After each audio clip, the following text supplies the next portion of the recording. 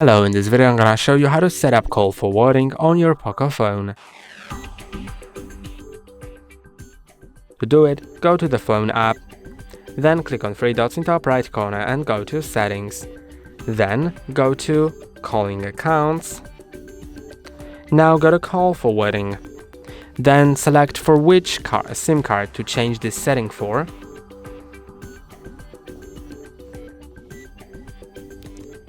And now you can change the always forwarded option when busy, when unanswered, and when unreachable.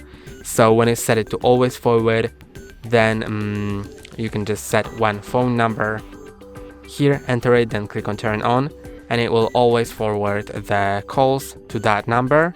Or you can set different phone numbers for when busy, when unanswered, or when unreachable. Or you can also just do call forwarding like for the same phone number, but only when unanswered and when unreachable. And that's all for today. Don't forget to like and subscribe. See you next time.